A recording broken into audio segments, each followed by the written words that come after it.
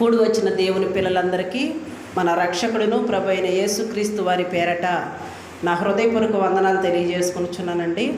చదవబడిన వాక్యంలో 90వ కీర్తన 10వ వచనం ఒకసారి మనం చదువుకున్నట్లయితే, మా ఆయుష్కాలము 70 సంవత్సరములు, అధిక బలము ఉన్న ఎడల 80 సంవత్సరములగును. అయినను వాటి వైభవము ఆయాసమే, దుఃఖమే, అవి త్వరగా గతించును, మేము ఎగిరిపోదుము. కీర్తనల గ్రంథం 90వ కీర్తన రాసింది ఎవరు? మోషే గారు. మోషే గారు రాస్తూ మన ఆయుష్ను గుర్తు చేస్తున్నాడు. మన ఆయుష్కాలం 70 సంవత్సరములు అంట, అధిక బలం ఉంటే 80 అంట. అయినను వాటి వైభవం ఎలా ఉందంట? 80 సంవత్సరాలు వచ్చిన వాళ్ళు ఎవరన్నా యాక్టివ్గా ఉంటారా? కూర్చుంటే లెగలేరు, లెగిస్తే కూర్చోలేరు. అయితే మన ఆయుష్ అనేది మనం ఏదైనా చేయగల సామర్థ్యత ఉన్నది అని అంటే ఏ వయసు నుండి ఏ వయసు వరకు అంటే 20 సంవత్సరాల నుండి మ్యాక్సిమం 50 సంవత్సరాల వరకు ఏ పని అయినా చేయగలరు. 50 దాటితే ఎవరు ఏమీ చేయలేరండి. మన నివాసం ఎక్కడండి? మన నివాసం ఎక్కడ? పరలోకం. మనం ఎక్కడి నుండి వచ్చామో, మనం ఎంతకాలం వాక్యం వింటున్నా మనం ఎక్కడి నుండి వచ్చామో మనకు తెలియదు. మళ్ళీ ఎక్కడికి వెళ్ళాలో మనకు తెలియదు. ఎక్కడి నుండి వచ్చాము మనం అంటే పరలోకం నుండి వచ్చాము. పరలోకం నుండి తల్లి గర్భంలోకి మనం వచ్చాము. తల్లి గర్భం నుండి బయటకు వచ్చాము. మళ్ళీ ఇక్కడ మనం పని ముగించుకున్న తర్వాత మళ్ళీ మనం ఎక్కడికి వెళ్ళాలి? పరలోకం వెళ్తారా? మనం ఇక్కడ పాస్ అవుతేనే పరలోకం వెళ్తాం, లేకపోతే ఎక్కడికి వెళ్తాం? నరకానికి జారిపోతాం. నరకానికి జారిపోకూడదని తండ్రి అయిన దేవుడు మన పట్ల ప్రేమ చూపించి దైవజనులు పంపించి ఇలాంటి ఎన్నో విలువైన సంగతులు మనం నేర్చుకొని మన గమ్యం ఎక్కడో మనం తెలుసుకొని మళ్ళీ పరలోకానికి వెళ్ళాలన్నదే దేవుని యొక్క సంకల్పం. ఇది మర్చిపోకూడదు మనం ఎప్పుడు కూడా. క్రైస్తవులమైన మనం అందరం కూడా ఎక్కడికి వెళ్ళాలి? మళ్ళీ మనం అంటే తిరిగి పరలోకం అనే మహాలోకానికే వెళ్ళాలి. అందుకే ఈరోజు కొన్ని విలువైన సంగతులు మనం నేర్చుకునే ప్రయత్నం చేద్దాం. 128వ కీర్తన 128వ కీర్తన 128వ కీర్తన మొదటి నుండి మనం ఒకసారి చదువుకుంటే, యెహోవా యందు భయభక్తులు కలిగి ఆయన త్రోవల యందు నడుచువారందరూ ధన్యులంట. యెహోవా యందు భయభక్తులు కలిగి ఆయన త్రోవలో ఎవరైతే నడుస్తారో వారందరూ కూడా ధన్యులు అంటున్నాడు దేవుడు. దేవుని యందు భయము భక్తి కలిగి ఆయన త్రోవలో నడుచువారు ధన్యులంట. నిత్యముగా నీవు నీ చేతుల కష్టార్జితాన్ని అనుభవిస్తావు అంటున్నాడు. అని కిందకు వచ్చిన తర్వాత నీవు ధన్యుడవు, నీకు మేలు కలుగును. ఇక్కడ ఎవరు కనిపిస్తున్నారు మీకు? నేను ఈరోజు 128వ కీర్తన మాత్రం వివరిస్తా. 128వ కీర్తన చదువుకుంటే నువ్వు కుటుంబాన్ని ఎలా కట్టుకోవాలో దేవుడు నీకు నేర్పిస్తాడు. బైబిల్ చదువుకుంటూ వెళ్ళిపోతే అర్థం కాదు. అక్కడ ఆగి మనం అర్థం చేసుకోవాలి. ఎవరి గురించి మాట్లాడుతున్నాడు అంటే కుటుంబానికి పెద్ద అయిన యజమాని గురించి మాట్లాడుతున్నాడు దేవుడు. నీ కష్టార్జితాన్ని నువ్వు అనుభవించాలి అంటే, నీకు మేలు కలగాలి అంటే అంటున్నాడు, నువ్వు యెహోవా యందు భయభక్తులు కలిగి ఉండాలి. నీ కష్టార్జితాన్ని నువ్వు అనుభవించాలి, నీకు మేలు కలగాలి అంటే నువ్వు యెహోవా యందు భయము భక్తి కలిగి ఉండాలి అని చెప్తున్నాడు. అంటే ఈ రోజున యజమానులు చాలామంది దేవుని యందు భయము భక్తి ఉంటే ఎక్కడుంటారు? ఆదివారం దేవుని సన్నిధిలో ఉంటారు. ప్రియులారా, ఎక్కువ సంఘాలలో స్త్రీలే ఎక్కువ కనిపిస్తారు. ఇక్కడే కాదు, ఎక్కడైనా స్త్రీలు ఎక్కువ కనిపిస్తూ ఉంటారు. కానీ పురుషులు తక్కువగా కనిపిస్తారు. కానీ రావాల్సింది ఎవరు? పురుషులే రావాలి ముందు.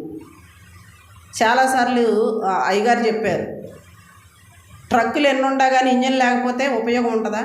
కుటుంబ నాయకుడైన యజమాని దేవుని సన్నిధికి వచ్చి దేవుని యొక్క వాక్యాన్ని నేర్చుకుంటే కుటుంబాన్ని చక్కగా కట్టుకుంటాడండి. అవిశ్వాసి అయిన భర్త అయితే భార్య ఏం చేయాలంట? మన ప్రవర్తన ద్వారా భర్తను దేవుని సన్నిధికి రాబట్టబడాలంట. అంటే మన ప్రవర్తన చూసి మన వెనకాలే భర్త రావాలి. మన వెనకాల మన భర్తలు రావట్లేదు అంటే మన ప్రవర్తన బాగలేదని అర్థం. నీ లోగిట నీ భార్య ఫలించు ద్రాక్షవల్లి వలె ఉండును. ద్రాక్ష తీగను చూసారా ఎట్లా ఉంటాయి? ద్రాక్ష తీగ నిండా గెలలు సమృద్ధిగా ఉంటాయి. భార్య కూడా ఇంట్లో అలాగే ఉండాలి, గుణవతి అయిన భార్య. మొన్న ఉత్తమమైన తల్లి గురించి మాట్లాడుకున్నప్పుడు సామెతల గ్రంథం 31వ అధ్యాయంలో మాట్లాడుకున్నాం. మనం తల్లికి ఉండవలసిన లక్షణాలు. ఉదయాన్నే లేచి తమ బిడ్డలకు ఏం సిద్ధపరిచిద్దంట? భోజనమును సిద్ధపరిచిద్దంట. తన కుటుంబం ఎలా ఉందో ప్రతిరోజు పరీక్షించుకుంటుందంట. తన పిల్లలు ఎలా ఉన్నారు, తన భర్త ఎలా ఉన్నాడు అని ప్రతిదీ కూడా భార్య ఏం చేసిద్దంట? చక్కగా కుటుంబాన్ని కట్టుకుంటూ వాళ్ళు ఏదన్నా తప్పు త్రోవలో వెళ్తే పిల్లల్ని సరి చేస్తూ ఉంటుందంట. తల్లికి ఉండవలసిన లక్షణాలు. అలాగే ఇక్కడ కూడా నీ భార్య, నీ లోగిట నీ భార్య ఫలించు ద్రాక్షవల్లి వలె ఉండును. ఎంతమంది ఫలిస్తున్నారండి ఈరోజు? భార్యలు ఫలిస్తున్నారా కుటుంబాలలో? ఫలించటం అంటే మేము ప్రతిరోజు ప్రార్థనకి వెళ్తున్నామండి, ప్రతిరోజు వాక్యం వింటున్నామండి, మేము ఫలిస్తున్నామండి దేవుల్లో అంటారు. ఫలించటం అంటే అది కాదండి. కుటుంబాన్ని కట్టుకోవడం, భర్తను అర్థం చేసుకునే భార్యగా ఉండాలి భార్య. పిల్లల్ని వాక్యంలో నడిపించుకునే తల్లిగా ఉండాలి భార్య. కుటుంబంలో భర్తకి సాటి అయిన సహాయంగా ఉండాలి భార్య. అప్పుడు ఫలించు ద్రాక్షవల్లి వలె ఉంటుంది. ఈరోజు సమాజంలో సోషల్ మీడియాలో చూస్తే ఫలించే భార్యలుగా లేరు, భర్తలను చంపేసే భార్యలుగా ఉన్నారు. సోషల్ మీడియా ఓపెన్ చేస్తే ఫలించేవారుగా ఉన్నారా? వాళ్ళు ఫలించేవారేనా? భర్తలకి వాళ్ళు ప్రతిదీ కూడా వాళ్ళు చేసే ప్రతి పనిలో కూడా వాళ్ళకి సహాయంగా ఉండాలి. ఈరోజు సమాజంలో చాలామంది అండి స్త్రీలు చాలా దారుణంగా ప్రవర్తిస్తున్నారు. భర్త ఉండగానే వేరే స్త్రీతో అక్రమ సంబంధాలు పెట్టుకొని భర్తలను ఏం చేస్తున్నారు? చంపేస్తున్నారు. ఎలా ఉన్నారు అంటే అసలు వాళ్ళు చెప్పిందే చేయాలి కానీ భర్త చెప్పింది వాళ్ళు మాత్రం చేయరు. కానీ దేవుడు ఏం చెప్తున్నాడు? భర్త మాట ఖచ్చితంగా భార్య వినాలి, లోబడాలి భర్తకు లోబడి కుటుంబాన్ని కట్టుకోవాలి. భర్త ఏది చెప్తే అదే చేయాలి. కానీ ఈరోజు వాళ్ళు ఏది చెప్తే భర్తలు అదే చేయాలి, లేకపోతే ఊరుకోరు. ఫలించేవారుగా లేరండి ఈరోజు. కుటుంబాలను కూల్చుకునేవారుగా ఉన్నారు భార్యలు. కానీ ప్రతిరోజు మనం ఇలాంటి వాక్యాలు వింటున్నప్పుడు మనం ఏం చేయాలి? కుటుంబాన్ని కట్టుకోవాలి.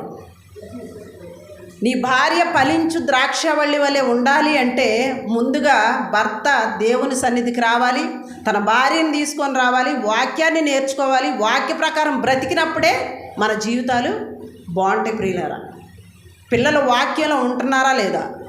పిల్లలు వాక్యంలో ఎదుగుతున్నారా లేదా? నా భర్త దేవుల్లో ఉన్నాడా లేదా అని ప్రతిదినం భార్య చెక్ చేసుకోవాలి. నా భర్త ఎంత సంపాదిస్తున్నాడు, ఏం తెచ్చాడు, ఇవే చూస్తారే కానీ మనం దేవుల్లో ఎంత ఎదుగుతున్నాం అన్నది ఎవరు కూడా పట్టించుకోరు. ప్రియులారా, ప్రతి ఒక్కళ్ళు కూడా దేవుని యందు భయము భక్తి కలిగి ఉండాలి స్త్రీ. అప్పుడే భార్య ఎలా ఉంటుందంట? ఫలించు ద్రాక్షవల్లి వలె ఉంటుంది. ఫలించు ద్రాక్షవల్లి వలె ఉండాలి అంటే ముందు నీ భర్తకు నువ్వు లోబడాలి. లోబడినప్పుడు దేవుని యందు భయము భక్తి కలిగి ఎప్పుడైతే నువ్వు భర్తకు లోబడతావో అప్పుడు నీ కుటుంబాన్ని నువ్వు కట్టుకుంటావు, నీ కుటుంబంలో నువ్వు ఫలిస్తావు, ద్రాక్షవల్లి వలె ఉంటారు. నీ పిల్లలు ఎలా ఉంటారంట? భోజనపు బల్ల చుట్టూ ఒలీవ మొక్కల వలె ఉంటారు. పిల్లల్ని ఒలీవ మొక్కలతో ఎందుకు పోల్చాడు దేవుడు తెలుసా మీకు? ఒలీవ చెట్టుతో ఎందుకు పిల్లల్ని పోల్చాడు దేవుడు అంటే ఒలీవ చెట్టుకి సాగు లేదండి. అంటే భూమి మీద సమస్తము చచ్చిపోయినాయి, జీవులు, మనుషులు, చెట్లు మొత్తం చనిపోయినాయండి. ఒలీవ చెట్టు మాత్రం చనిపోలేదు. నీ పిల్లలు దేవుల్లో ఉంటే, నీ పిల్లల వాక్యంలో పెంచితే, నీ పిల్లలకు వాక్యం నేర్పిస్తే ఒలీవ చెట్టు ఎలాగైతే సాగు లేకుండా ఉందో నీ పిల్లలకు కూడా వృద్ధాప్యం వరకు కూడా వాళ్ళు దేవుని యందు భయము భక్తి కలిగి ఉంటే వాళ్ళు ఒలీవ మొక్కల వలె ఉంటారంట. ప్రియులారా, దేవుడు అంటే ఏంటో వారికి నేర్పించడం. దేవుడు అసలు మన ఎందుకు ఈ లోకానికి తీసుకొచ్చాడో అన్న విషయం పిల్లలకు నేర్పించాల. అందుకే పిల్లలు ఈరోజు దేవుని సన్నిధికి దూరం అయిపోయారు. ఈరోజు ఎంతోమంది యవనస్తులు యవ్వన కాలంలోనే తమ ప్రాణాలు పోగొట్టుకుంటారంటే యాక్సిడెంట్ల ద్వారా, ఎన్నో అనేకమైన పరిస్థితుల ద్వారా యవన ప్రాయంలోనే వాళ్ళ ప్రాణాలు పోతున్నాయంటే దానికి కారకులు ఎవరు? తల్లిదండ్రులండి. పిల్లలు దేవుడు ఏం చెప్తున్నాడు? ఒలీవ మొక్కల వలె ఉంటారు నీ పిల్లలు, మీ పిల్లలకు సావు ఉండదు అని దేవుడు చెప్తుంటే అలా వాక్యంలో మనం పెంచక మన పిల్లల్ని మనమే దూరం చేసుకుంటున్నాం. ప్రియులారా, వాక్యంలో పెంచండి. చిన్న వయసు నుండి పిల్లలకు వాక్యం నేర్పించాలి. వాక్యం నేర్పించినప్పుడు, దేవుని గురించి వారికి నేర్పించినప్పుడు అసలు మనం ఈ లోకానికి ఎందుకు వచ్చామో, మన పని ఏంటో, మనం ఎందుకు వచ్చి ఈ పని ముగించుకొని వెళ్ళాలో పిల్లలకు నేర్పిస్తే ఆ వాక్యం ఎప్పుడు కూడా వాళ్ళని విడిచిపోదు. ప్రియులారా, వాళ్ళు ఏదైనా తప్పు చేయాలంటే అక్కడికి వెళ్ళినప్పుడు వాళ్ళకి వాక్యం గుర్తొస్తుంది. ఇది చెయ్యకూడదని వాళ్ళకి గుర్తొస్తుంది. నిజంగా నేను అనుకుంటానండి, చుట్టుపక్కల వెళ్ళి చుట్టుపక్కల చూసి వచ్చిన తర్వాత మన ఊరిలో చాలా బెటర్ అండి. వాళ్ళు ఎలా ఉంటున్నారన్నది నాకైతే తెలియదు, కానీ ఇప్పుడు వరకు నేను చూసినంత వరకు మన పిల్లలు చాలా బెస్ట్ అనిపిస్తుంది. కొద్దో గొప్ప దేవుని యొక్క భయం ఉంది వాళ్ళకి అనిపిస్తుంది. అలాగే ఉండాలి పిల్లలు, యవ్వనస్తులు చాలా జాగ్రత్తగా ఉండాలి. మన ప్రయాణంలో ఎటు వెళ్ళినా దేవుడికి ప్రార్థన చేసుకొని బయటకు బయలుదేరాలి. తల్లులు చెప్పాలి ఇంటి దగ్గర, నాన్న మీరు ఎటు వెళ్ళినా ఏం చేయాలి? ప్రార్థన చేసుకొని బయటికి వెళ్ళండి. ప్రార్థన చేసుకోకుండా మీరు బయటికి వెళ్ళొద్దు. మీరు ఏది చేసినా, ఏ పని చేసినా ప్రార్థన చేసుకొని ప్రారంభించండి అని పిల్లలకు నేర్పించాలి. అంటే పిల్లలకు అలా నేర్పించడం వల్ల వాళ్ళు ఏం చేస్తారంటే మర్చిపోరు. అందుకే దేవుడు చెప్పాడు, చిన్న వయసులోనే పిల్లలకు ఎలా నేర్పించమన్నాడు? కూర్చున్నప్పుడు, త్రోవలు వెళ్ళేటప్పుడు, ప్రతిదీ కూడా అండి. మనం చాలా నేర్పించాలంటే చాలా ఉన్నాయి. సృష్టిని చూపించి, ఈ ప్రకృతిని చూపించి నేర్పించవచ్చు. కానీ దేవుడు ఎంత గొప్పడో చూడండి, మన పట్ల ఎంత ప్రేమ ఉంది. మనకి ఏ టయానికి ఏది అవసరమో, ఏ టయానికి ఏం కావాలో సమస్తము సమకూర్చేది దేవుడే. ప్రియులారా, ప్రతి ఒక్కరు కూడా ఏం చేయాలి? పిల్లలకు వాక్యాన్ని నేర్పించాలి. అలా నేర్పించినప్పుడే మన పిల్లలు ఒలీవ మొక్కల వలె ఉంటారు. తర్వాత కింద చదవండి, యెహోవా యందు భయభక్తులు గలవాడు ఇలాగూ ఆశీర్వదింపబడతాడు. ఎలా ఆశీర్వదింపబడతారు? తన భర్త చేసే పని అంతట్లో ఆయన కష్టార్జితాన్ని ఆయన అనుభవిస్తాడు. కానీ ఈ నెలంతా నువ్వు కష్టపడ్డ తర్వాత నీ రూపాయి నిలుస్తుందంటే దాని అర్థం ఏంటి? దేవుడు నీ మీద కృప చూపిస్తున్నాడని. ఆయన యందు భయభక్తులు కలిగి ఉంటే ఆ రూపం మనం అనుభవిస్తాం. మనం ఆయన యందు భయభక్తులు కలిగి లేకపోతే ఆ రూప ఇటు వస్తుంది, ఇటు వెళ్ళిపోద్ది. చాలదండి, మనం ఎంత చేసినా ఉపయోగం ఉండదు. మనం దేవుని యందు భయము భక్తి కలిగి ఉంటేనే ఆ రూపాయిని మనం తినగలం అంటున్నాడు. కింద అంటున్నాడు చూడండి, యెహోవా యందు భయభక్తులు గలవాడు, యెహోవా యందు భయభక్తులు గలవాడు ఇలాగూ ఆశీర్వదింపబడతాడు. ఆయన చేసిన కష్టార్జితాన్ని ఆయన అనుభవిస్తాడు. తన భార్య చెప్పిన మాట వింటది, భర్త మాట వింటది. మన మాట వింటలేదు అంటే మన హద్దుల్లో లేరు, ఏమీ చేయలేరు. వాళ్ళు ఇంటికి రాగానే వీళ్ళు చెప్పిన మాట వినేవాళ్ళు అని వాళ్ళకి అనిపించాలి. భర్తలకి, నా భార్య నా మాట వింటది, నేను చెప్పినట్టు చేస్తుంది అని భర్తలకు అనిపించాలి. అనిపించినప్పుడు వాళ్ళు ఏదైనా చేస్తారు. ఆయనకి ఎన్ని పనులు ఉంటాయండి? ఇంట్లో సమస్తము చూసుకునేది ఎవరు? భర్తేనా మనమా? భర్తే కదా. పిల్లలకు అనారోగ్యం వచ్చిందనుకో, డబ్బులు ఎవరు తీసుకురావాలి? ఆయనే తీసుకురావాలి. మనకేదన్నా అవసరం అయిందనుకోండి భార్యలకి, ఎవరు తీసుకురావాలి? భర్తే తీసుకురావాలి. తల్లిదండ్రులకి జ్వరం వచ్చిందనుకోండి, ఎవరు చూపించాలి? కొడుకే చూపించాలి. బాధ్యతలన్నీ ఆయనకే. కానీ మనమేదో బాధ్యతలన్నీ నెత్తినేసుకొని తిరుగుతున్నట్టు మనం వాళ్ళ ముందు అలా తిరుగుతూ ఉంటాం. చూడండి, అలా ఉంటే వాళ్ళు కుటుంబంలో హ్యాపీగా ఉండలేరు. మన ముందు నటిస్తారు, నవ్వుతున్నట్టుగా మాట్లాడతారు, కానీ వాళ్ళ హృదయంలో అంత బాధే ఉంటుందండి. వాళ్ళకి అలా ఉండకూడదు. మనం ఎప్పుడు కూడా ఎన్ని బాధలు ఉన్నప్పటికీ కూడా మనకేం ప్రాబ్లం లేదు, దేవుడే ఉన్నాడని భర్తకు ధైర్యాన్ని ఇచ్చే భార్యగా ఉంటే అప్పుడు భార్య ఎలా ఉంటుంది? ఫలించు ద్రాక్షవల్లి వలె ఉంటుంది. ఫలించటం అంటే కాయలు ఫలించడం కాదు. భర్త బాధల్ని అర్థం చేసుకున్న భార్య ఫలించింది. భర్త ఆయన బాధపడుతున్నప్పుడు నేనున్నానని సపోర్ట్ ఇచ్చే భార్య ఉంటే వాళ్ళు హ్యాపీగా ఫీల్ అవుతారు. ప్రతి ఒక్కరు కూడా ఇలా ఉండాలండి. దేవుని యందు భయము భక్తి మన కుటుంబం, భయభక్తులు కలిగి మన కుటుంబం ఉంటే ఈ కుటుంబం ఎలాగో ఆశీర్వదింపబడింది. ఎలా ఆశీర్వదింపబడిద్ది? తన పని చేసి కష్టార్జితాన్ని తీసుకొస్తే ఆ కష్టార్జితాన్ని ఆయన అనుభవిస్తాడు. భార్య ఇంట్లో ఫలించు ద్రాక్షవల్లి వలె ఉంటుంది. పిల్లలు భోజనపు బల్ల చుట్టూ ఒలీవ మొక్కల వలె ఉంటారు. ఈరోజు యవనస్తులండి ఇంట్లో భోజనం చేయటం లేదు. తెలుసా మీకు? ఫాస్ట్ ఫుడ్కి అలవాటు పడి బయట భోజనం చేయటం అలవాటు పడింది. బయట ఎందుకు తిన్నాం? తల్లి ఎంతో కష్టపడి అన్నం వండి కూర వండి పిల్లలకు పెట్టుకోవాలన్న ఆశతో తల్లి వంట చేసి ఆడబెడితే నేను బయట తిన్నానులే అంటే నువ్వు ఇంట్లో ఎందుకు తినట్లేదు? నీ మాట వినట్లేదు. తల్లిదండ్రులంటే భయం అనేది లేదు. చక్కగా అన్నం కూర వండుకొని ఫ్యామిలీ మొత్తం ఒకసాట కూర్చొని చుట్టూ కూర్చొని అన్నం తింటే ఎంత హ్యాపీగా ఉంటుందండి. ఆరోగ్యానికి కూడా మంచిది. అమ్మ చేతి వంట చాలా ఆరోగ్యంగా ఉంటుంది. బయట ఆ పౌడర్లు ఈ పౌడర్లు వేసి మొత్తం తీసుకొచ్చి అతడు ఆ తిన్నకాడ నుండి నీ పేగులు పాడైపోతాయి. మళ్ళీ ఎవరికి బాధ? తండ్రికే కదా. ఫాస్ట్ ఫుడ్లు అస్సలు తినకూడదు. ఇప్పుడు వాటి వల్ల చాలా అనారోగ్యాలు వస్తున్నాయి. ఇలా ఉన్నారు యూత్ అంతా. భోజనం తినే కాడ కూడా తల్లికి సంతోషం లేదు. కానీ దేవుని వాక్యం నేర్చుకున్న పిల్లలు ఎలా ఉంటారు తెలుసా? కుటుంబంలో కలిసి తింటారు. భోజనపు బల్ల చుట్టూ ఒలివ మొక్కల వలె ఉంటారు. 4 పిల్లలు అనుకోండి, 4 పిల్లలు వృద్ధాప్యం వరకు ఆ భోజనం బల్ల చుట్టుకాడే ఉంటారంట, బల్లకాడే ఉంటారంట. అంటే దేవుడు ఎవరిని కూడా నీకు లోటు చేయడు.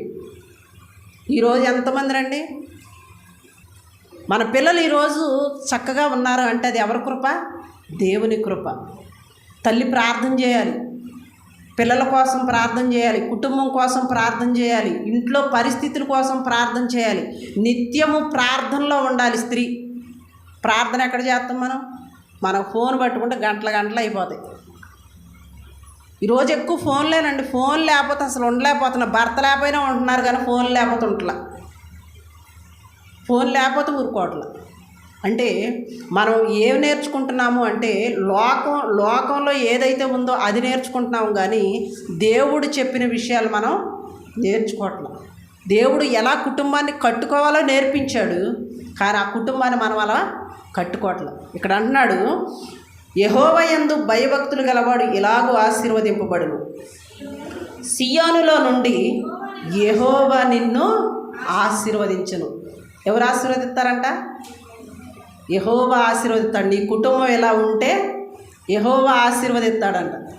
మరి మన కుటుంబాలు యెహోవా ఆశీర్వదించే కుటుంబాలుగా ఉన్నాయో లేకపోతే సాతానికి దగ్గరగా ఉన్నాయో ఈ రాత్రికాల సమయంలో మిమ్మల్ని మీరే పరీక్షించుకొని కుటుంబం ఎలా ఉండాలి అంటే 128వ కీర్తన చదువుకోండి. భర్త మాట వినాలి, భర్త చేసిన కష్టార్జితాన్ని అనుభవించాలి అంటే మనం ఎలా ఉండాలి? భర్త మాటిని దేవుని యందు భయభక్తులు కలిగి ఉండాలి. మనం ఫలించే వారిగా ఉండాలి. మనం ఫలించటం అంటే నేను ఏం చెప్పా? ఫలించటం అంటే కాయలు ఫలించటం కాదు, కుటుంబాన్ని ఫలింపజేసుకోవాలి. పిల్లల్ని వాక్యంలో నేర్పించుకోవాలి, పిల్లలకు వాక్యం నేర్పించాలి, కుటుంబాన్ని కట్టుకునేవారిగా ఉండాలి. చిన్న వయసు నుండి నేర్పిస్తే సామెతల గ్రంథంలో ఏం చెప్పాడు? పెద్దవాడు అయిన తర్వాత దాని నుండి వాడు తొలగిపోడని చెప్పాడు. చిన్న వయసులో నుండి నేర్పించాలి. యవన కాలంలోకి వచ్చిన తర్వాత చెప్తే వాళ్ళు వినరు. అందుకే కుటుంబాన్ని ఇలా కట్టుకుంటే యెహోవా మనెప్పుడు ఆశీర్వదిస్తాడని. దేవుడు మనకెప్పుడు కూడా మన కుటుంబాల మీద ఆయన దీవెనలు ఉంటాయి. ఈ రాత్రికాల సమయంలో మన కుటుంబాలను మనం కట్టుకునే వారిగా ఉండాలని, నిత్యము దేవుని యందు భయము భక్తి కలిగి ఉండాలని నన్ను నేను హెచ్చరించుకుంటూ మిమ్మల్ని హెచ్చరిస్తూ నా మాటలు ముగిస్తున్నాను. అందరికీ వందనాలు.